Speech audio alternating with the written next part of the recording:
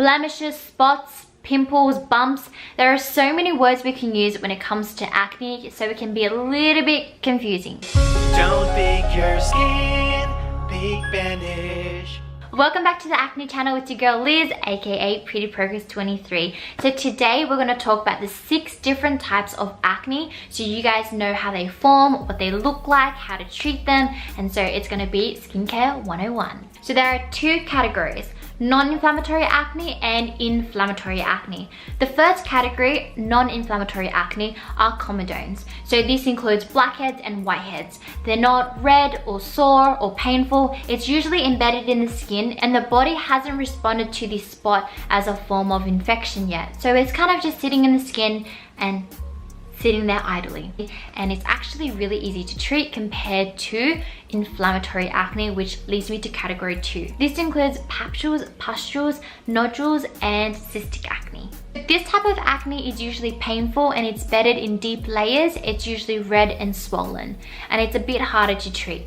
So let's zoom in and focus on each one of these type of acne so you have a better understanding of each. Number 1 is whiteheads. In most cases, acne happens because of clogged pores, maybe because of bacteria, clogged pores, and dead skin cells. When it comes to a whitehead, it's a closed comedone. So it's a long pore that is closed from the top and it's kind of like underneath the skin. So it's embedded within the skin without having any opening. Okay, try over-the-counter products such as salicylic acid. This really helps. So it dissolves the cement that holds the sticky cells together, and that prevents whiteheads in the future. You can also try benzoyl peroxide. 2.5% is awesome. 10% is way too harsh. It's a marketing strategy to get you to pick the highest percentage, but it actually comes with more adverse side effects, especially if you have sensitive skin. So start with 2.5% and see how you go. The next non-inflammatory acne is called a blackhead. Now with a blackhead, so the top part is oxidized and you get that black spot. You can also try the same method in terms of over-the-counter products such as salicylic acid, benzoyl peroxide. It just takes a little bit longer because the top part is kind of hardened and it's oxidized. I don't recommend pore strips whatsoever. It's a cheap, quick method, but it's only short-term results. When you put the pore strip on your nose, not only is it pulling out the blackhead, but it's also ripping the first layer of your skin, ruining your skin's mantle, making it more irritated in the future. And because you're getting rid of your excess oils as well as your natural oils, your skin is gonna be like, oh my god, where's my natural oils? Oh, I need to reproduce it. And that's when your oil glands go into overdrive. So steer away from pore strips and take a chemical exfoliant instead. That helps gently remove the clogged pores and your dead skin cells. So I highly recommend that. You can also try to use facial cleansers with a silicone nub and just gently go across your nose. I don't really recommend using like walnut scrubs or you know, ones that are irregular, because it can create micro tears in your skin. So steer clear of that and stick with more gentle methods. So now on to the inflammatory acne, which leads us to the 4 remaining type of acne. The first one is called papules. So the contents of your blocked pore is kind of spilled up to the surface and it's creating that red inflamed skin. But the thing is, there's no pus inside. And again, this can be used as a similar method because it's like bacteria on the outside of your skin. You want to kill that bacteria by using over-the-counter products such as salicylic acid, benzoyl peroxide. But at the same time, when your skin is really inflamed, you want to heal internally. So that means also having, you know, antioxidants, nourishing your body with the right foods so it can calm the inflammation down. The next one is called pustules. So with the name, there is the word pus in it, which means there is pus inside your inflamed zit. And this usually happens in clusters, whether it be on your chest, your face, your back.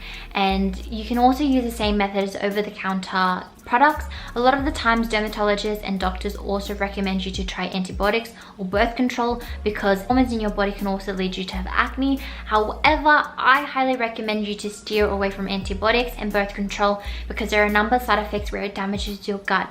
So what I recommend is, on top of using topical treatments, also try to heal internally, as I said with papule pimples. Nodular acne is the next one. This is a more severe case. So with nodular acne, it's flesh colored or red bumps on top of your skin, and it could be elongated. So it's deep within the tissues, and this doesn't have a head, so do not pop it because you will damage the skin, surrounding skin tissues. And nodules in this case feel like hardened thick knots, whereas the next one is cystic acne. They're a lot softer and they have pus-filled sac inside.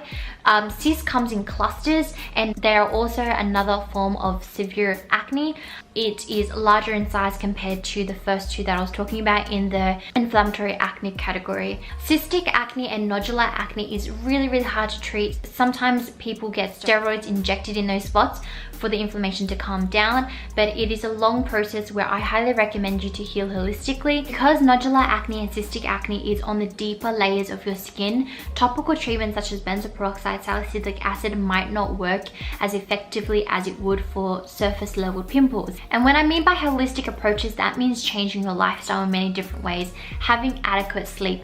Your skin heals its best at night. If you're staying up late, it's only going to spike your stress levels, and as a result of those stress levels, you're going to produce excess sebum, which leads to a greater chance of clogged pores and inflamed skin. I also recommend you to up your water intake. Hydration is so important. Not only can you keep your skin hydrated topically, but also internally. That helps nourish the skin as well. And hydration is important because of your digestive system. If you're eating healthy food and you're not drinking enough water, it's going to lead to constipation. And with constipation, you're just clogging up the toxicity within your digestive system, and your skin is the largest organ. If you're not getting rid of that waste when you're going into the toilet, it's going to show in your face. So that's why it's really important to ensure that you're drinking water, eating the right foods, drinking enough, also exercising to increase that blood circulation. With nodular acne and cystic acne, your blood is very stagnant, and if your blood is stagnant, there is not a renewal of nutrients underneath your skin. So therefore, when you're doing facial massages,